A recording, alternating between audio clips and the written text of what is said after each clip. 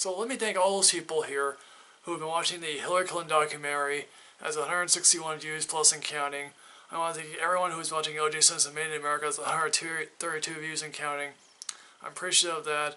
I also want to thank all those people watching the TV upfronts. That's 32 views and counting. Let's see if we can grow this channel even more, folks. Thank you all for that. And so thank you. So first of all, let me apologize. I saw Jason Bourne last weekend. I didn't get to do a review for it because, again, I got the reviews out already for last weekend. I thought that was enough. So Jason Bourne is the latest in the Bourne franchise, although this is now the fourth film starring Matt Damon's character Jason Bourne, although remember the Bourne Legacy didn't star him specifically. And Paul Greengrass is back. He's directing this and also co-writing this because, hey, remember, Tony Gilroy fell on the sword of the Bourne Legacy. And it's also reported that, you know, Tony Gilroy falling out Paul Greengrass and Matt Damon, so that's why he's not really returning here. So Jason Bourne is hiding in the shadows, and he's doing whatever he can for money. One scene he's fighting people for money, and then an incident leads him back to help him figure out who he was previously. So Nikki, played by Julia Stiles, she's the only one that's returning from this franchise here. She's now working for a WikiLeaks type of company here, and so she uncovers more evidence about his past.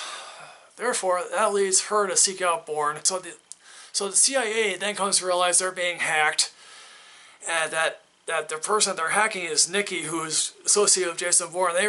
So they think to themselves, oh shit, this is going to happen again, so they decide to go after her to possibly lead to him.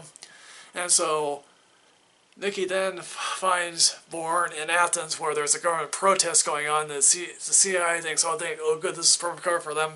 They kill them, so they send government assets after them. They also have a hitman in the form of Vikander Cell, and he's the hitman here. Then this all leads Jason Bourne to come after the CIA again.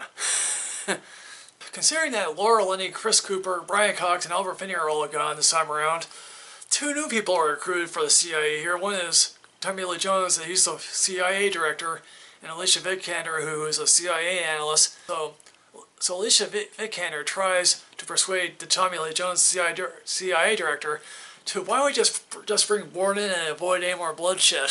This also leads to some revelations about why Jason Bourne, obviously who was really born Jason David Webb here, there's a revelation as to why he joined in the first place and who and it's also a possibility of what he would become if he hadn't joined, you know, the CIA in the first place. So this is what I like about this film. First and foremost, very few film franchises, if they do the same thing over and over again, it decreases quality, or they don't really do anything new to the story that they're trying to show here.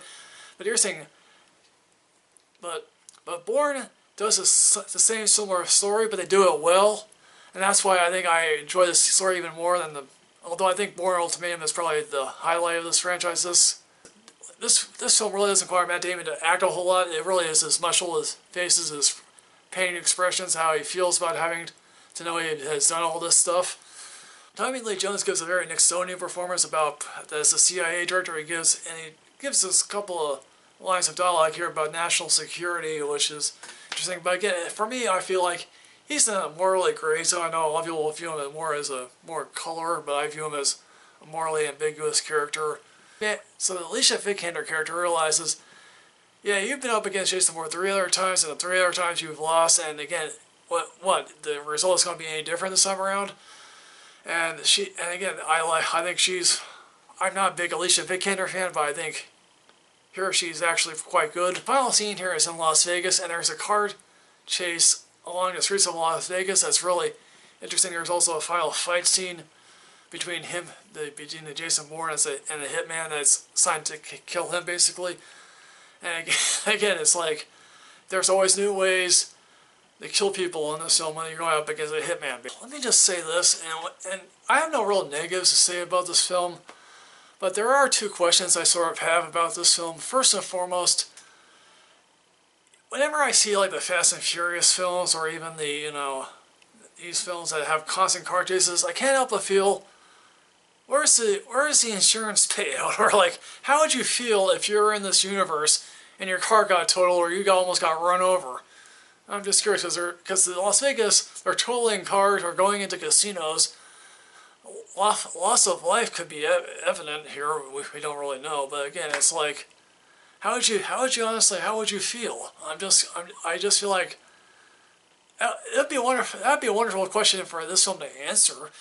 Again, the film Fast and Furious franchise never became a cartoon, and like, you know, they never really answered anything.